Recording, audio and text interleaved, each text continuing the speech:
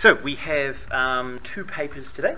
Again, so we're combining the chemistry and exogaming because Christian pulled out of the course, so he's doing other things, I believe.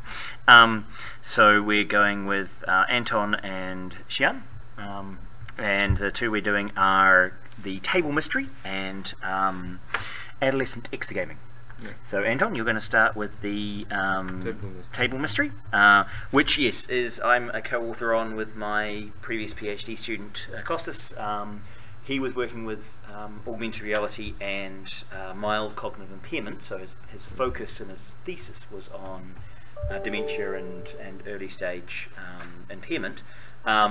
This was an exercise which he did in collaboration with the Science Centre, and so was kind of associated with the PhD, but was just, you know, this would be an interesting project to do, we should do something here. So Steve, him and I kind of talked through how to design a game, and this was the paper that he put out with my help around the design. So, Anton, can you present the paper, and then we'll have the discussion. And now try and keep it short again. So there's that one, the HDMI, which is over there. And we need to turn that on, which is there.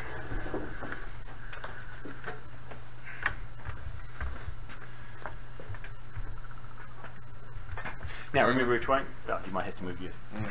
Maybe I can sit here. You could sit. Well, even if you move this way. Yeah, but this oh, you're on that side. Okay. You can sit beside us there. Just talk loudly. Is that on? So it sounds on. And it should be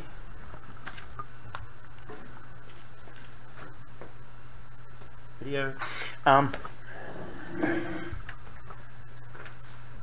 HDMI, keeping HDMI, and we have HDMI. Yay. Okay.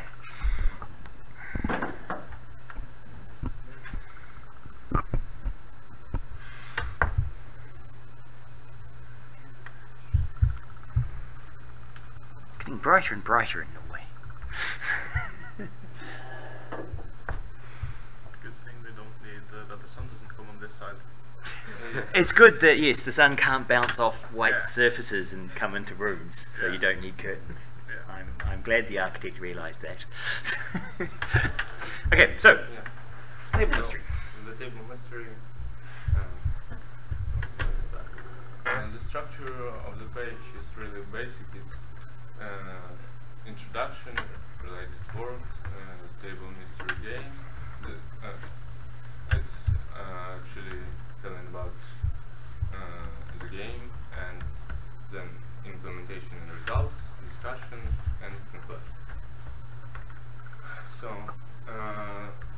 basically, introduction starts with like how many AR games we have now, and this is basically water. Yeah, and we can use AR for chemistry and for studying, so it will help. Yeah, but contribution says that it describes the development process of an AR education game, aiming to examine the effect of the augmented reality on providing engaging and exciting short duration education experts. So, and implementation prior field knowledge, examining the validity of previous findings related to the game development process. So, related work, it contains like games that was based on the same principle or something same, like the design is based on the design principles of the education games presented by Squire. Yeah, it's like Environmental Detectives. It's a multiplayer game that handed AR simulation game designed to support learning in late high school and early college environmental science, presented in the study of Squire and Clover, and met City Mastery, which is a mastery game where players use their augmented skills through the virtual investigation piece of explanation. So investigate whether AR games handles can be used to engage students in thinking. Yeah, also it's Mystery at the Museum, interactive collaborative mystery game, which helps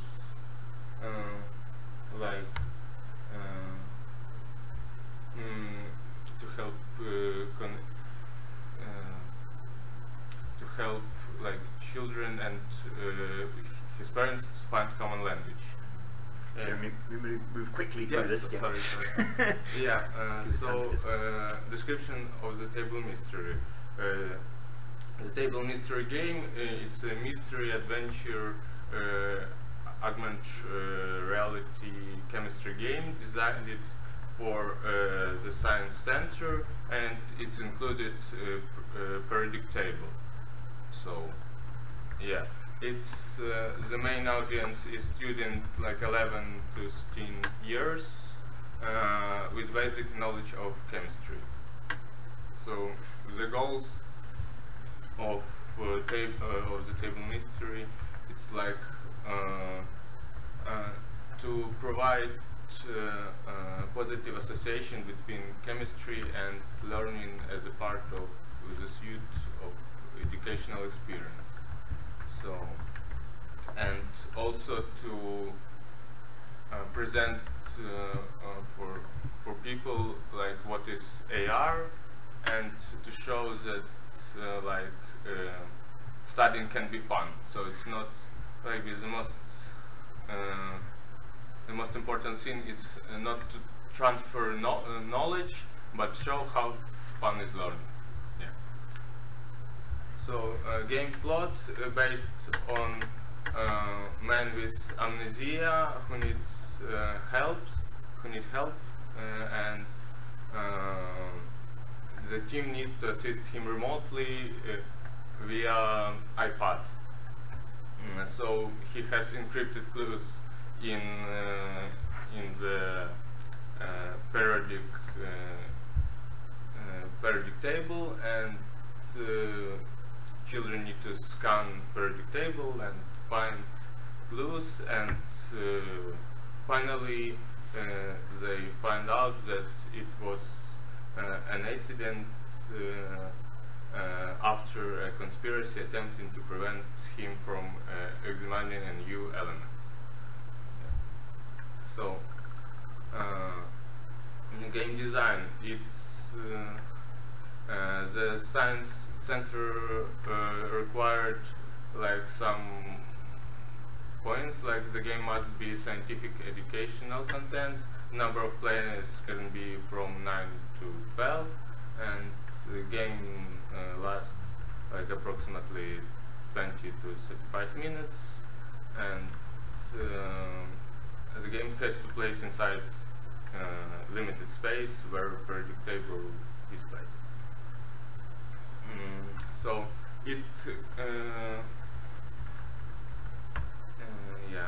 it contains 4 of the 7 principles of the square and it's basically turning simulation into a simulation game, identifying contested spaces, using information to solve complex problems in simulated environments, and differentiating roles and disturbing expertise.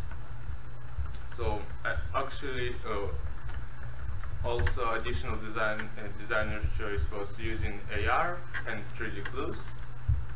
So visible the backstory using comic strips, not text or planes, so which also will interact people, and the plot game was linear, so it's easy to follow. So the game structure and flow. Each team has 3 players, the technologies, the researcher, and the investigator. The technologies have to use an iPad, and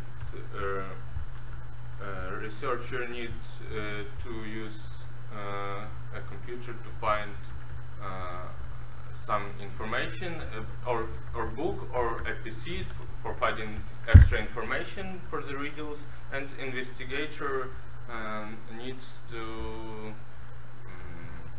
to write down everything that they find out for the next stages. And everything has tutorial, and then it begins the main story. And it includes 4 riddles, and after solving these 4 riddles, then the begin quiz, which contains also 4 questions. And the main point is that it's not a competitive game. Teams must co-work and help each other. Yeah, so basically you can see here the structure.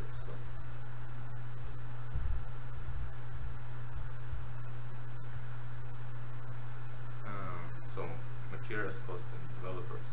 So you basically need a large print predict table, AR platform and browser, Genao, connected to the server, a PC, at least 3 iPads, 3 chemistry books, I don't know how much notebooks, and the alpha version game was developed by one of the game designers and 1 graphic designer, spending total 184 working hours. It's not including like testing with stuff. So implementation and result. So we conducted a test gaming session with experts, including teachers and the staff of the science center. So it was like 2 groups of 3 experts, and they find out that there is no technical problems, but one sections of the black story need to be broken into smaller chunks to more involve people into the game. So also there was testing like with a team of 3 13-year students, and they found out that 2 riddles were too complicated, and they will take it into consideration after the next stage. So also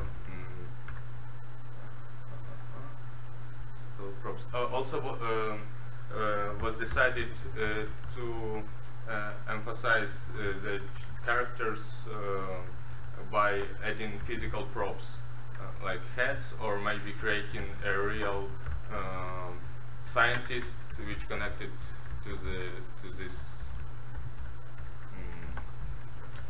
chemistry.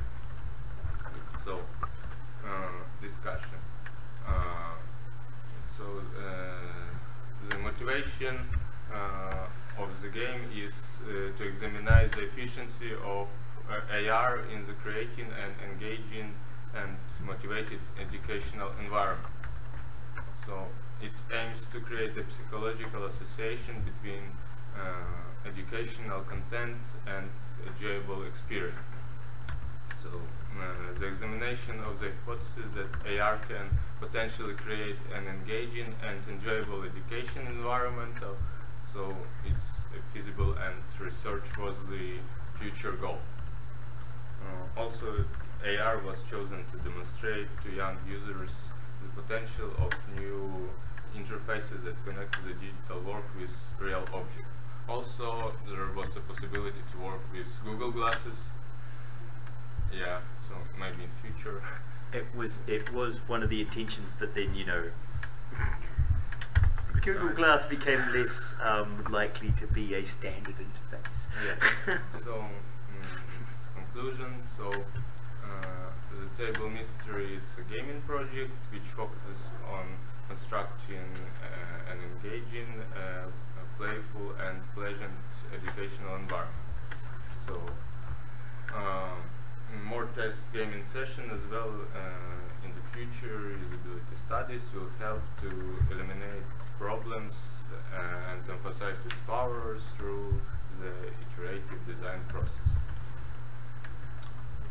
So a little criticism. So the idea is good, and the main topic, as I understand, to show us that game, but it doesn't show like the results of the survey, like if it real helps to study or something, and sometimes I found some spelling mistakes. Also, I think it's not so good for the paper, but it's more for editors. So, and the app is still not finished, so only alpha version is ready. So yeah, maybe you need to write an article after all job is done, and only 3 teams were included in testing of the game, and only one team of that, like 3 people, like was students for whom it's designed. So what? And also I found some structure problems, like pictures appear before text. So first it likes picture, and then somewhere you find that the link to that picture. I think it's the rule says that it needs to be first text, but then picture. Well,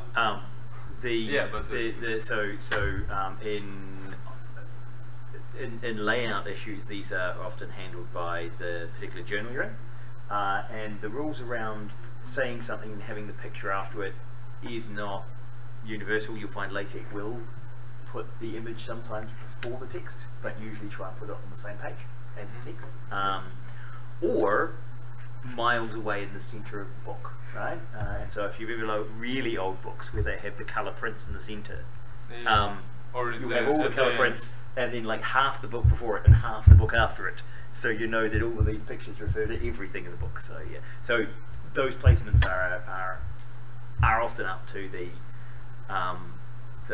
layout as written by the journal where it decides to put things. Okay. Right, those bits. Okay, thank you. Right, so other critiques and questions and discussions around the paper. Yep. Why you get the opinion from the experts, like the teachers and from the science center after the game design, but not getting their consultation before the game design? But during the design game, should we approach them and discuss about the content instead of after develop and ask them to test it? Right, so there's the participatory design is where you get the people who are going to participate to be involved in the design, and there's even user-centered design as a type of participatory design. In this case,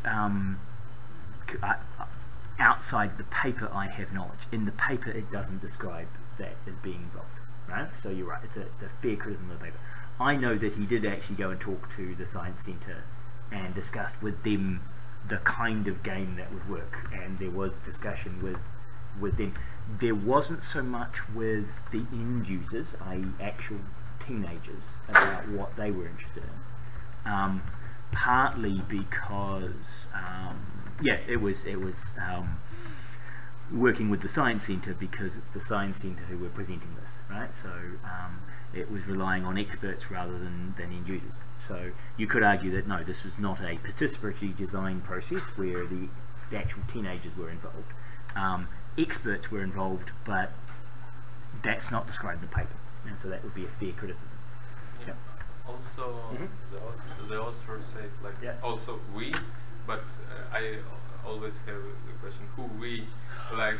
Okay, so like was it the staff of the science lab, or was it you and him, or who we? So it's fairly standard in research writing to use the word we rather than I, right? Even to the extent of where it was only you, and you still use like the royal we and say we did this, even if it was just you, right? Yeah, but sometimes it's understandable that it could be the staff. Sometimes it could be the the expert, but clarifying it's really who we are would be useful in some of these contexts here. Yep. And so again, yes, being more specific about who we were, right? When he's referring to the we, particularly when you're looking at this participatory design question of how were they involved and when were they involved. Okay. So yeah, there was more than is described, but it's an interesting and open question about how much you use your users, how much you go in and do user-centered or user participatory design. So Apple, for example, don't like participatory design because they say people don't know what they want, right? So Apple do the whole, if you gave people what you want, we would have really fast horses and not cars. Because people didn't know about cars until after they were made, and what they wanted was a faster version of what they had. Right? So sometimes you need, if you want to actually do interesting things, you have to not listen to people and do something they don't know about if you're going to be truly novel. However, so that's one approach. The other approach is to approach the users and actually work with them and say, right, what do you want? An extreme version of this was actually, and I think is an interesting paper which I'm trying to get out with a previous PhD student, on the game design process, so working with the end users. In them working with you, that's where they learn about chemistry or learn about the disease they have, right?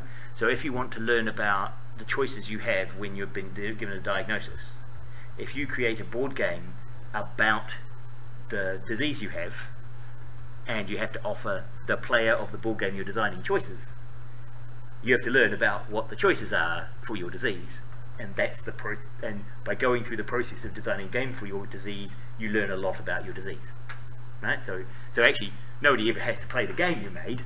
It's the act of designing it that is the educational component. So to some extent, one of the options in this area would be to teach kids about chemistry by getting them to make a game about chemistry.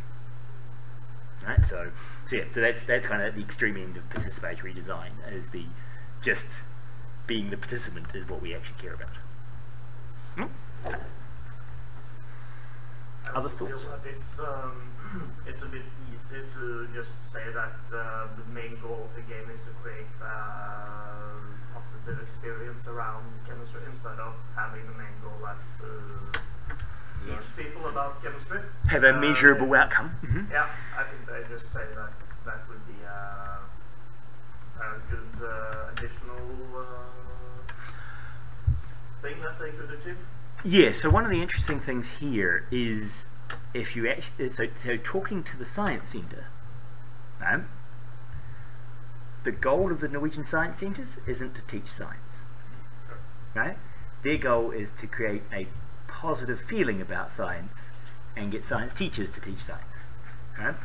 And so within their remit, what they're trying to achieve is that's why it's one of the goals here, is because the organisation we're working with, their goal is to make science fun, not to teach science. Right? So it's partly by the goals of the organisation that you're doing the serious game for.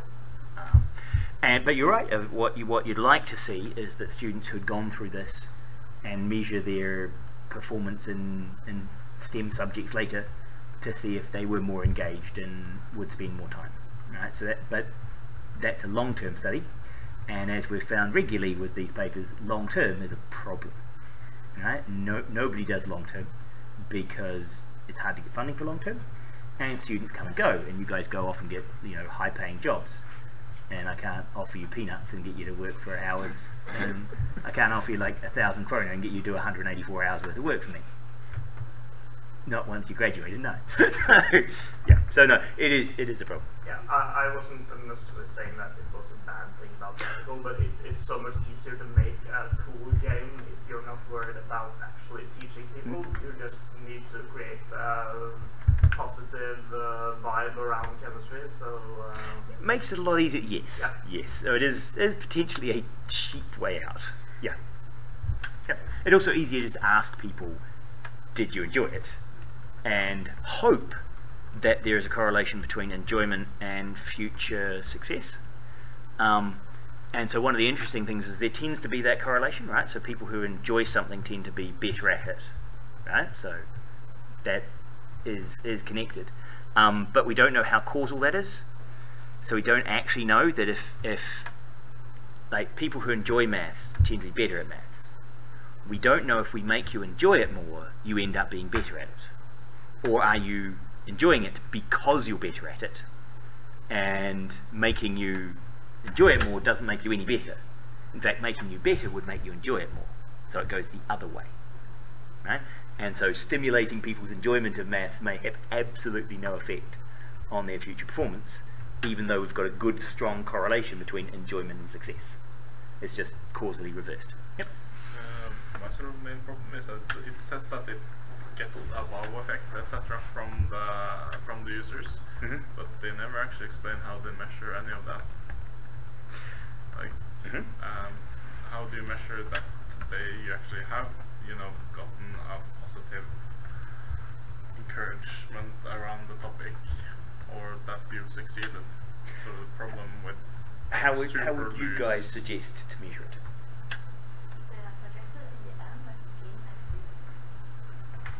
The game experience questionnaire.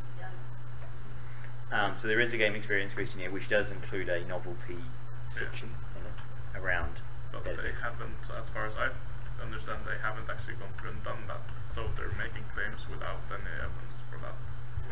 Yeah. The claim isn't that it has had a wow effect, that it would have a wow effect. So it's still a claim that it would have a wow effect, but they're without evidence. It's more of an intention for have a wow effect. Yep. Okay. Actually, they have something like we plan to use the game experience questionnaire. Yes. Yep. So it's like which accesses game experience scores on 7 components, like immersion, flow, competence, positive and negative affect, and tension and challenge. So it's surveys that you do like right after you played the game, when you need to answer the question. So the game experience questionnaire cost us used quite a bit in other places, and he also had a kind of an interactive version. The game experience questionnaire, it was a project with Swedish and Danish universities also to try and standardize questions, right? Because like what questions should you ask and how you ask a question can change people's response. So the idea is, can we generate a standard set of questions that we'll ask against all of our games, so that then hopefully we can compare, because these games have been asked the same questions rather than everybody creating their own questions, asking different questions.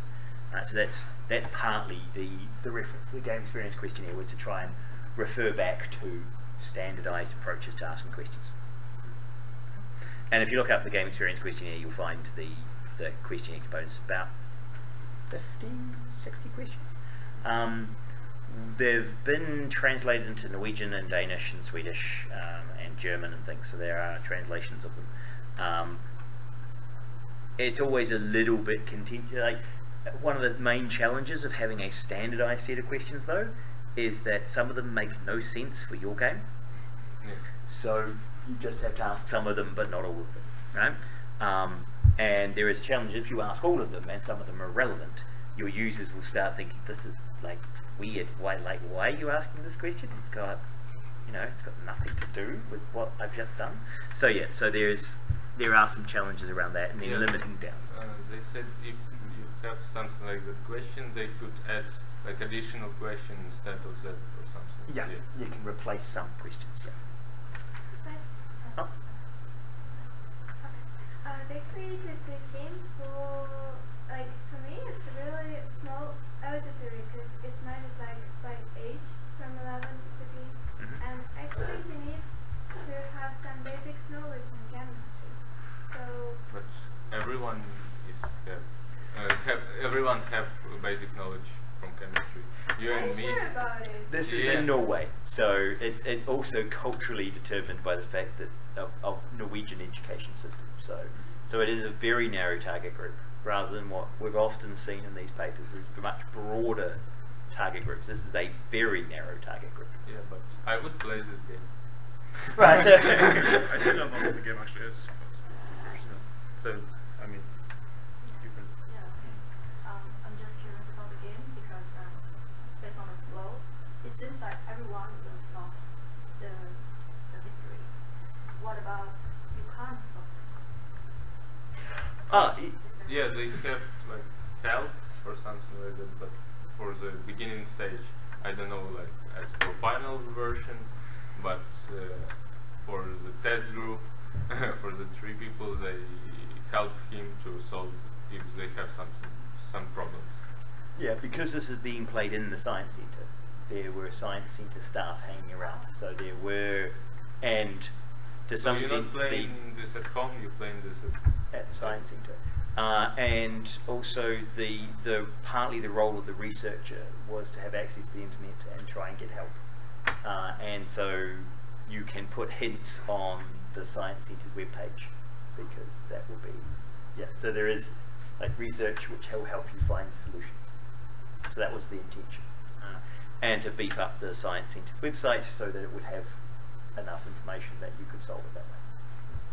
So there was some other problem, because the hypothesis took me by surprise, because it was never mentioned before in the beginning, and it seemed to be a part of what he was looking at the contributions.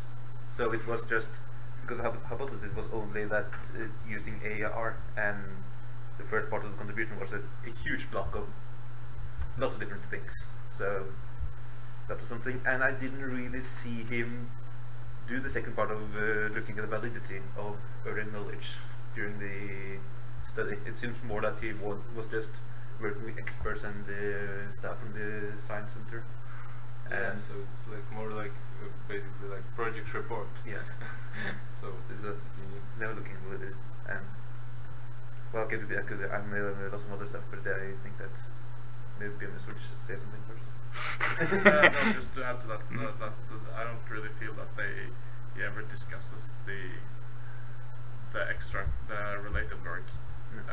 At later stage, sort of like in context, he just lists it. Yeah. So I get the same feeling as you're And I mean, he was looking at past work, but a lot of the game design was based on that on the design principles from 2003. 2003.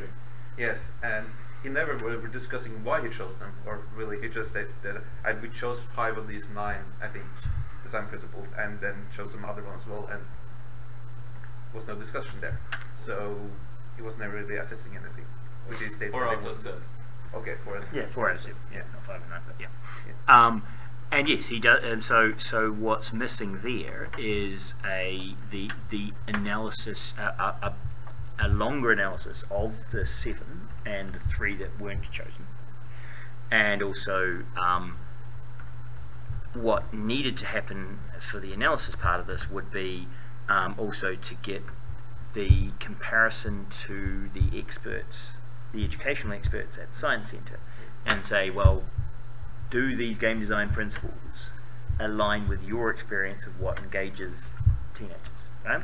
Because that's where that validity is supposed to come in, is testing the game made using those principles and asking the experts about their opinions on the game, right? And whether or not those design principles line up with their educational principles. Right? So that's not discussed here. Right? So that didn't make it into the paper. No. And then also that from the beginning of the paper, it seemed that the game was finished.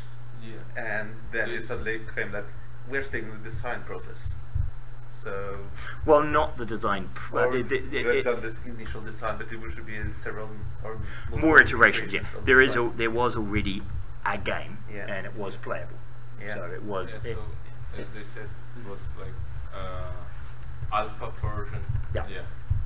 Oh, and unfortunately, here again you get language issues around what people mean by an alpha version of something. Because Gmail came out of beta in like 2015 to be an actual product. I mean, you know, it was pretty much a product well before 2015. So what they were calling beta was what everyone else calls, you know, standard production software. And so what's an alpha? Anything from a paper prototype, some people will call a paper prototype an alpha, through to something that's actually working and playable. So yeah, unfortunately the words we use aren't standardized around what you mean by an alpha release. And yeah, the discussion of what it looks like and how far you've come. As Wikipedia says, it's like 3 stages before the final project. Yes. So, but that's always what's happened, or how it's used. yeah. I mean, there's several games that's in alpha, and no. They're finished. Really. Yes. I mean, it will never be continued because people are paying for it. Yes, yeah. So it got to alpha. People, it got released. It made money. They went, oh fuck it. We're not going to put it because the marginal gain, i.e., the amount of more money we'll make by finishing it, is less than the cost of finishing it. So you look and go, So yeah. The last thing is that I didn't really see that they said what their experts what their expertise was. They just saying that it was experts and people from the science center. Yes, and just were playing the game. Yes, and I mean they can be expert in motor engineering, and I mean he's an expert in something, but it's not relevant here. So no, I mean, they said that there were teachers that like have experience with children. It was it's the teachers, the experts, then teachers, and then science centers or employees from science centers. And I mean, I could have misread, but that was the only thing I found when I read through it. Yeah. So the experts there are the pedagogues at the science centre, right? So they are the experts who do science education at the science centre. There are teachers who, again, are science teachers who are taking students to the science centre. So we assume that they have some understanding of how kids learn science. And employees of the science centre were the other people working at the science centre who aren't necessarily trained as science pedagogues, but who work as with kids teaching about science. So that was the range. Certainly you could explain who the experts and what their expertise was, right? And that would be better to do. And there is often a challenge with these to get them shorter, right? Because these papers are often on a page limit, and so you have to cut things. So what you choose to cut ends up being a challenge. Yeah. So yes. I guess one of the things that was cut is a better explanation of what the game actually is. Because I'm still sort of having troubles envisioning it. That might also just be me being stupid, but like they say, like the technology operates the iPad Mini, and it's like, okay, what does it really do with that? You need to scan you need to scan it. But it's like, how does that contribute to the game? Is it just that you take a picture, or does something happen, or? Yeah, it pops out your screen, some clues, and also you're guided by that scientist that has amnesia. Yeah, but it's like, is the riddle just that you have a picture of a helium balloon over the helium. So Or is what I understood that was that you got the clue and then you had to match it with the correct element in the Yeah, periodic okay. table, and that was it. okay? So Yeah, you need to find the right element. yeah, so that was, I mean, that was what I understood. But it could have been more. That was just cut out for the explanation. So, again, it was trying to be a 20-minute experience, and it was already too hard for some 13-year-olds.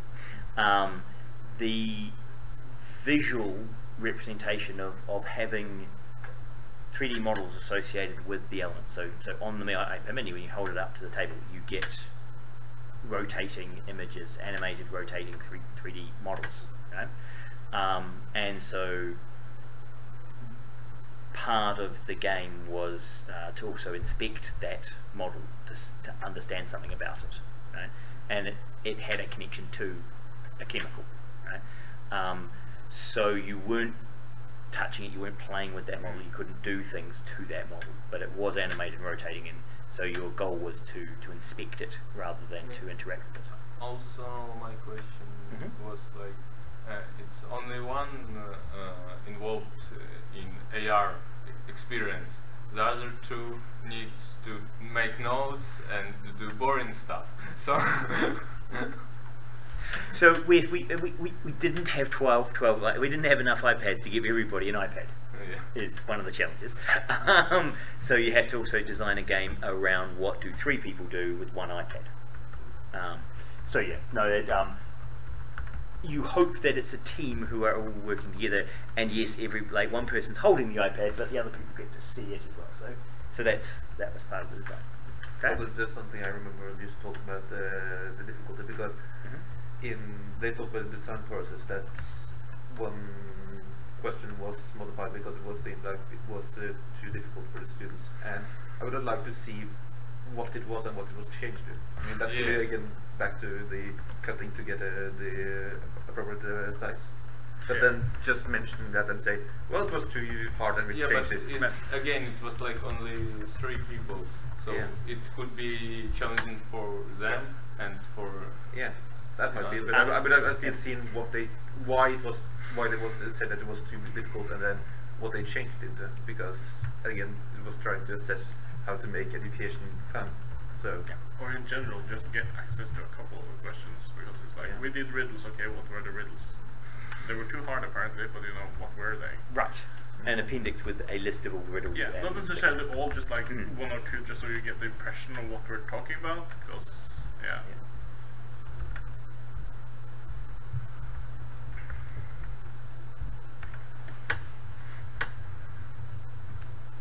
We've got a couple of minutes left. And in terms of redoing or future work, right? Because again, this project, like many of these, gets to a point and then stalls because it doesn't have. Well, in this case, Costas had to focus on his actual PhD and take some of the lessons he learned from doing the AR here into the AR of the PhD. The going forward, how would you use anything from this paper? I just would include more people to research, and then add some result and see what happens. Because it's really lack of research in this paper. Lack of results from doing work. Yeah. So what would be useful to do with this paper would be to take it. So where I would say you could take it is that you would use this as a basis for then going on and taking the code base and taking the game and taking those questions and running a larger analysis with it and getting user feedback and then analysing and discussing that in relation to, as you were saying, Taria, validating some of those design principles. And also getting in more experts and explaining, do these design principles lead to a game that both students and experts identify that those characteristics have come through in the game, right? Because, you know, if a design principle, if it doesn't change how you make your game, has it been useful? And that's not clearly described here. Okay? So this is a position paper more than a result paper. Other thoughts? Any other thoughts? Okay. So we can take a break for 10 minutes and come back and do the exogaming talk. Okay. And I'll pause the stream.